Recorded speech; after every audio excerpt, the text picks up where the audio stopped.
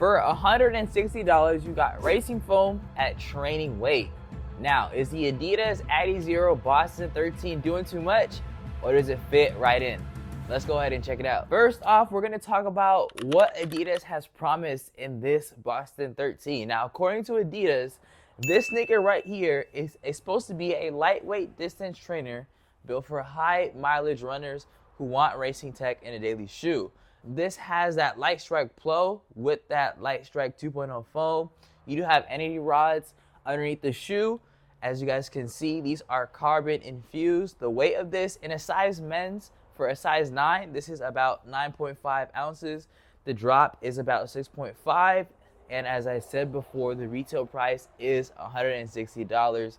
So you guys can go ahead and check that out. Also, by the way, in the description, if you just want to go ahead and check out the different colorways and things like that. So this sneaker is kind of sitting in the spot of like a max cushion cruiser and also more of like a tempo, like very fast paced runner. Now with that being said, will this sneaker be able to pull off the best of both worlds? Stay tuned and watch the video throughout to go ahead and figure it out. But also, one more thing for you to anticipate. In a few minutes, I'll go ahead and tell you guys about one hidden feature that runners overlook that actually might make or break the shoe, so stay tuned. Out of the box, the upper is breathable and snug, and you do have a very race shoe like inspiration vibe that you get out of the sneaker. This has engineered mesh, there is no unnecessary padding, and there is just enough heel structure.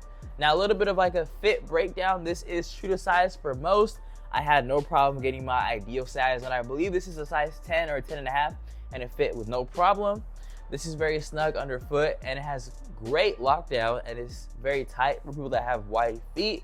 And this has a slightly shallow toe box, just so you know what to expect. Personally, I gotta say I love what the Adidas did with that overall race day feel, but I gotta say, if you're looking for more of a plush upper, or if you have a wide foot, I definitely would probably go up half a size or basically just skip the sneaker entirely. But all of this means nothing if the cushion doesn't add up correctly. So with that being said, this dual layer setup, I gotta say, is where things get interesting. Is something you do not want to miss. So here we've got Light Strike Pro on the top for some bounce when you go ahead and run. We also do have the Light Strike 2.0 underneath for that stability. And I'm gonna go ahead and describe the overall feel. Now the overall feel when I went ahead and put these on, it's very springy and has a responsive toe off, but it's not too soft. It has a very firm feel underfoot. It's stable but not plush, and it's not as easy on the legs as super shoes like the Vaporfly 4 or maybe like the Saucony Endorphin Elite. Now the Energy Rod 2.0, it offers that stiff propulsion, especially at tempo pace, but at slower speeds you kind of feel like you're dragging tech you don't need. Now this is the heart of the debate. I gotta say, this is great for more of like the faster days, the more tempo runs and things of that nature, but if you're not running at least an 8-minute mile, I do gotta say this probably might not be the best sneaker for you, and it might feel overbuilt. But as far as who this is really for, I'm gonna go ahead and give you guys what you guys should go ahead and expect once you go ahead and go past 50 miles. And a quick disclaimer I do want to say for all you guys watching this video, as you guys can see, these sneakers are brand new and I just got them about 2 weeks ago. So all the information that I have based on like the miles, when you run with them and things like that, this is purely off research. And I do have a bunch, I believe I have a reaction already up about the Boston 13s if you do want to check that video out from an actual runner that uses these sneakers. But that is something I do want to say before we go ahead and get into how this shoe does in terms of durability long term. Now, after about 60 miles, here's what I've got from my research. Now, the upper does stay breathable, but I do gotta say the foam does tend to compress a little bit, especially along the heel.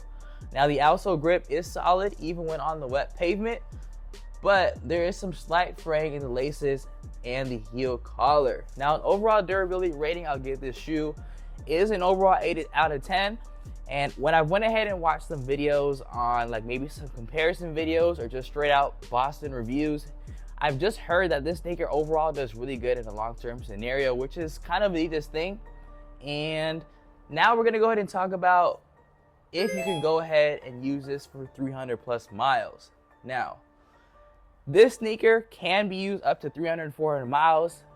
if you go ahead and use it properly, but the midsole does lose its snap at about mile 100 plus. If you're planning to go ahead and use this as more of like your race day shoe and also like your everyday daily training type of shoe, this shoe could definitely work.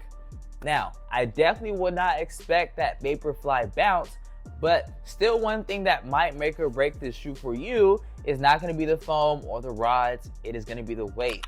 So let's go ahead and discuss the weight. Now, as far as the weight, you guys, I did say it weighs in at about 9.5 ounces, and this thing isn't light. Now, it is light compared to a bunch of other sneakers, but in terms of like running sneakers, I believe super shoes, they average around to be like 6, maybe like 7 ounces. But this one, as you guys can see, is quite a bit heavier. It's around 2 ounces more, but it is noticeably heavier than a true tempo shoe. You feel it during the long efforts. Now, the money question. Should you go ahead and buy the Boston 13s? Now, as far as the Boston 13s, I would definitely say you should buy it if you are an experienced runner looking for like a tempo / distance trainer. Also, something I would say is that if you want some like type of racing DNA without having to pay that like $250 super shoe type of price, this is definitely going to be a nice go-to if you don't want to spend the extra money. Now, it's also a buy if you prefer firmer midsoles and responsive toe-offs. This is going to give you a great, it's going to give you great stability, and overall, it's just going to be very responsive when you're running. Now, as far as a skip, you should go ahead and skip this if you are a casual runner that's doing mostly slow miles, because it's definitely more of like a fast-paced type of tempo shoe.